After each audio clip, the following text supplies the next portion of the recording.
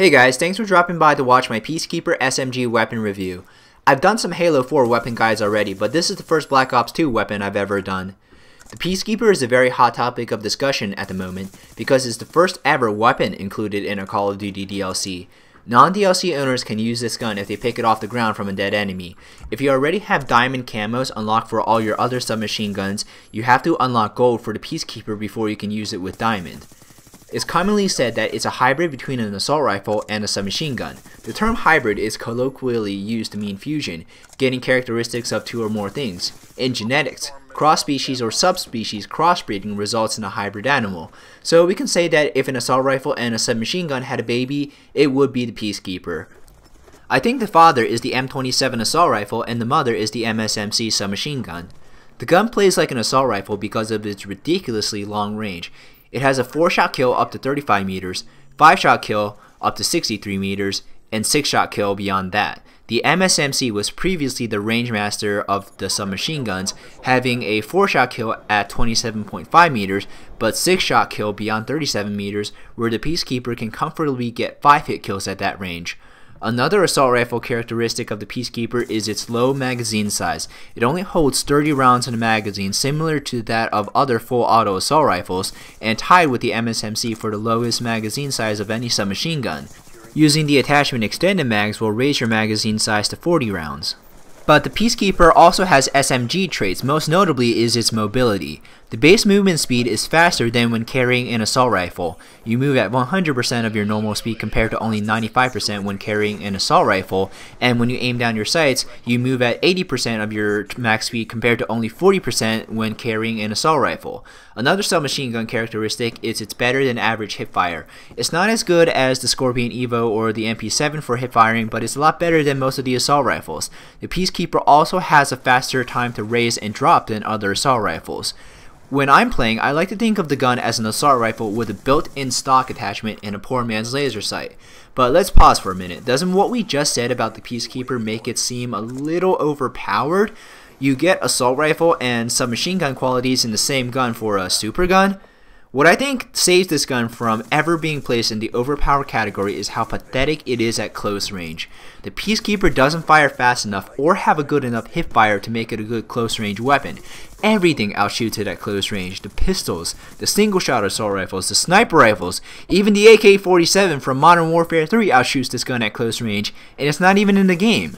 Ever since the DLC launch, you definitely remember getting killed by this gun a lot more often than you got killed by other guns, not because it's overly good, but because simply everyone wants to give this gun a try, even people without the DLC because they pick up the gun from the ground.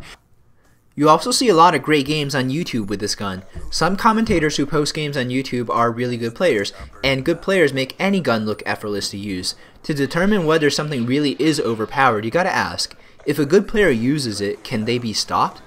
With the Peacekeeper, the answer is yes, absolutely. The Peacekeeper can't handle itself well in close quarters. And this segues into my segment on how best to use this gun. You can destroy entire teams if you stay at medium range. And if you have a lot of gun skill, you can still outshoot people at long range. The 4-shot kill range is impressive. You don't have to use an attachment for stock to make yourself harder to hit like with that of the assault rifles.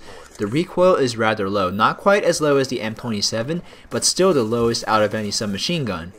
It's easy to control. It pulls up and I feel a little bit more of a left pull than a right pull. If you need advice on controlling recoil, click on the video in picture-in-picture and it'll segue into one of my other videos on how to control recoil.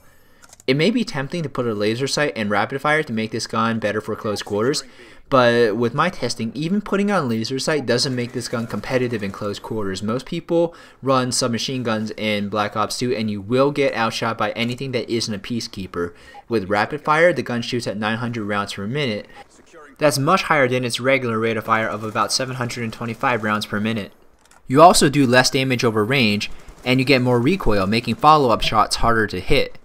If you want to run this gun at 900 rounds per minute, why not just run the MP7 or the Vector, already fast-firing submachine guns without rapid fire?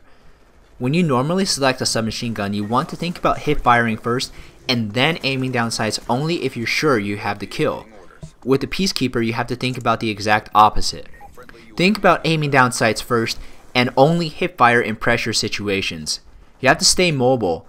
It's easy to maintain map control with the Peacekeeper. As long as you're playing from long range, keeping your enemies at long range and preventing them from closing in on objectives. Be ready to respond to threats any and everywhere except narrow corridors or close rooms. Try to flank around enemies, attack from the side, and avoid head-on close quarters battles. For attachments, I recommend the suppressor for most classes. The range penalty is 30%, but the Peacekeeper has strong enough naturally built-in range. The suppressor will keep you off of the radar when you're shooting your gun. It's also a major X factor for an advantage in close quarters.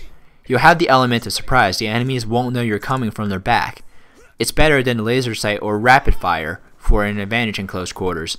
If you want to play more defensively, you can get away without using fast mags or extended mags because the reload time is 1.92 seconds and the cancel time is 1.42 seconds.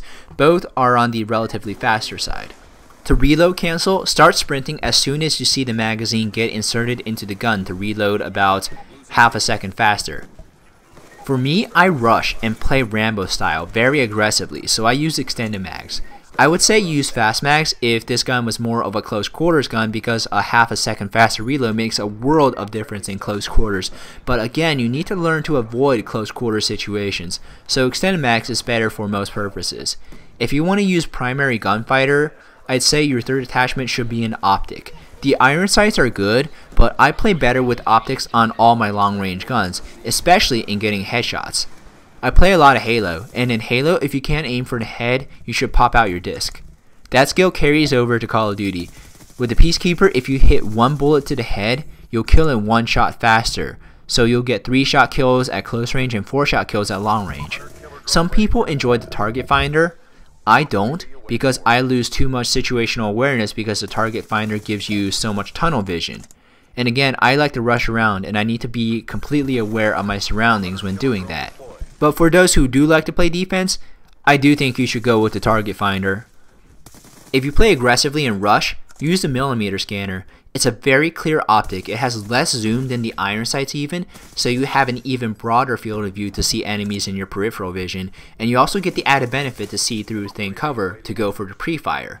If you miss Specialist for Modern Warfare 3 and want to run a lot of perks, the Peacekeeper works well for that. Run the gun naked and use whatever perk combination you choose. My perk recommendation for anyone, regardless of whether you're running this gun naked or not, is toughness. Because again, you're going to aim down sights with the Peacekeeper a lot, and you don't want to get knocked out of focus. Otherwise, there isn't a perk that doesn't work well with this gun. Except that silence or awareness until Treyarch fixes the footsteps in this game. If you have enough points left over and want to use equipment, then I like C4 when playing aggressively and bouncing betties when playing defensively. EMP grenades are valuable for either playstyle, but shock charges help a lot when on defense. This about wraps up my review of the Peacekeeper submachine gun. In summary, take advantage of the Peacekeeper's long range, aim down sights a lot, and don't think this is like another submachine gun because it performs poorly in close quarters combat. I hope you've enjoyed this commentary. Please leave a like rating and let me know if this was helpful. Subscribe to my channel if you're new to my videos, and as always, game hard, win hard, and have a great day.